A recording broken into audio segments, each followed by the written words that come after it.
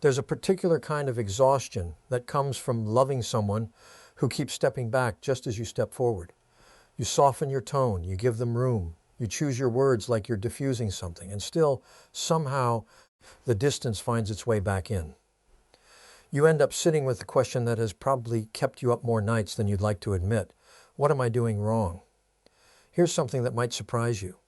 You're probably not doing anything wrong at all. And the thing you've been most afraid to do, the thing you've talked yourself out of 100 times because it felt too risky, too final, too much like giving up, might actually be the one thing that could change the entire shape of this relationship. There's a single shift, one way of holding yourself, that tends to do something remarkable when it meets an avoidant nervous system. It doesn't chase. It doesn't perform indifference either. And somehow, paradoxically, it's the thing most likely to make someone who runs from closeness stop running, not because you tricked them into it, but because you finally gave them something they've never actually encountered before. Let's slow down and actually understand what's happening underneath the surface, because none of this works if you're only treating the symptoms. Avoidance isn't a personality flaw someone wakes up and chooses. It's armor built one experience at a time, usually starting so early that the person wearing it doesn't even remember constructing it. Somewhere in their history, closeness got tangled up with danger. Maybe a parent's love came with conditions, or with intrusion, or with so much intensity that the child inside them learned a brutal little equation. Being close to someone means losing yourself to them. Needing another person becomes the scariest thing in the world because need, in their early experience, was never safely met, so they built walls. Not out of coldness, out of survival. Those walls were never about you. They were assembled long before you arrived by a much younger version of this person who had no other tools available. Now fast forward to adulthood, to this relationship, to right now. When intimacy starts to deepen, something ancient switches on inside them. It isn't a decision. It's closer to a reflex, a smoke alarm going off, warning of danger that isn't actually you, but is instead the old familiar terror of being consumed by closeness. And so the pulling away begins. Texts slow down. Warmth cools.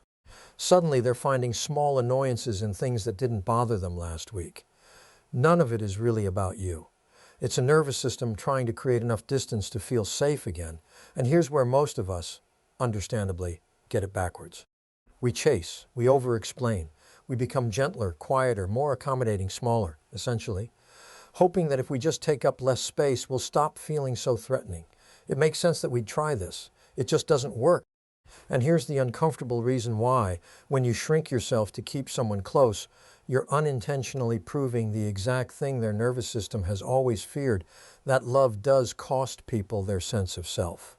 That closeness really does mean disappearing. Every anxious message, every walking on eggshells moment becomes confirmation of the very story that keeps them running. So what actually works isn't a rule you hand them or a line drawn around their behavior. It's a boundary around your own participation. It sounds almost too simple. To hold this much power, I'm not available to keep showing up fully for someone who isn't showing up for me. That's the whole thing.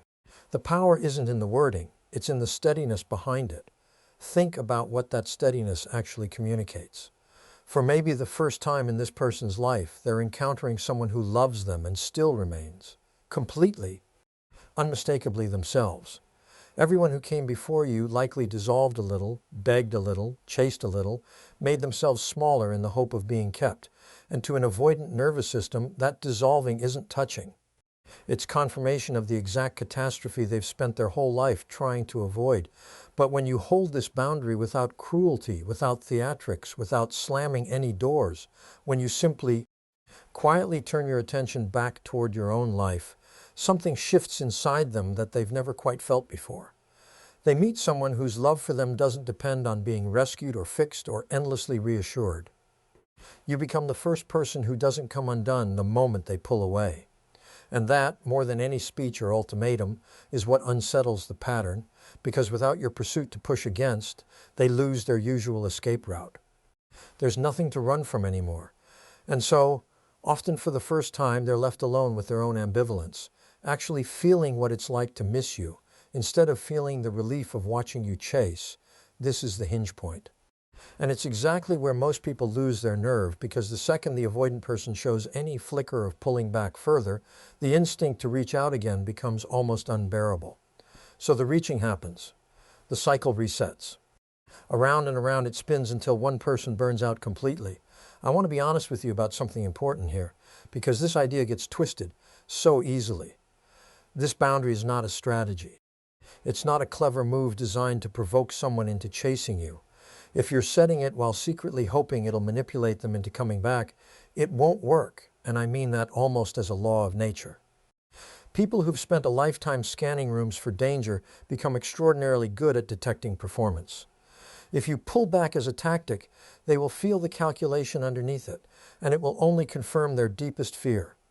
That closeness always comes bundled with hidden agendas. The only version of this that actually lands is the true one, where you've genuinely arrived, deep down, at the decision that you will not keep pouring your heart into something that isn't meeting you halfway, where you've looked honestly at your own patterns and admitted that the chasing was never actually working. When it comes from that place, it carries an entirely different energy. It isn't cold, it isn't punishing.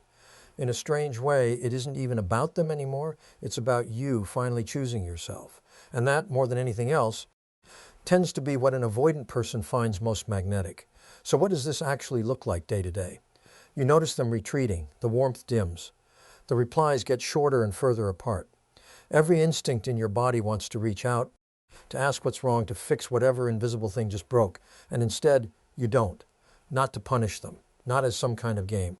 But because you've come to understand that chasing someone mid-withdrawal is a little like trying to water a plant by pouring water on the ceiling, it never actually reaches the roots. It just makes a mess of everything above it. So you take all that energy, the energy that would have gone into anxious texts and second-guessing and refreshing your phone, and you redirect it inward. You call a friend. You go for a walk. You return to the parts of your life that have been quietly waiting for your attention. You let yourself feel the fear of losing them without acting from that fear. And slowly, something in you starts to settle, not because the situation outside has changed, but because you've stopped abandoning yourself every time they pull away. You've started keeping yourself company. And that, right there, is where your own anxious patterns begin quietly to heal. Meanwhile, something different is happening on their end too. The distance they created doesn't feel like the usual relief, because you're not there filling it with your worry and your pursuit. The silence has weight to it now, real weight. Maybe for the first time they're actually feeling the loss of you instead of the comfort of space you handed them automatically. And the question turning over in their minds starts to change from how do I get more room to why does this feel different when they're not chasing me? That question is the crack in the wall. Everything that matters starts there. Now, I won't pretend this guarantees a happy ending, because I think you deserve honesty far more than you deserve comfort right now. Some people, when the chasing stops, will simply let the relationship go. They'll feel relieved that the tension is resolved without ever doing the internal work required to show up differently. If that happens, it isn't proof that you did something wrong. It's proof that this person, at this point in their life, wasn't in a place to receive what you were offering. That hurts. It's allowed to hurt. But it's also information, some of the most important information you could possibly have about whether this relationship was capable of growing into something mutual. For the ones who do turn around, though, here's what's actually happening. They're not coming back because you played some clever game. They're coming back because your boundary revealed something no amount of chasing ever could. That you know your own worth, that your love is a choice and not a compulsion. That being close to you doesn't mean they have to disappear to protect themselves. You've shown them, maybe for the first time, that intimacy doesn't have to mean being consumed. That's the real gift buried inside all of this. Not manipulation, but a glimpse of what safety and closeness actually feels like. There's a piece of this whole conversation that rarely gets talked about, and it might be the most important part. Your own healing has to come first, or none of this holds together. If you're setting this boundary while secretly hoping it'll fix them, it will crack under the weight of that hope.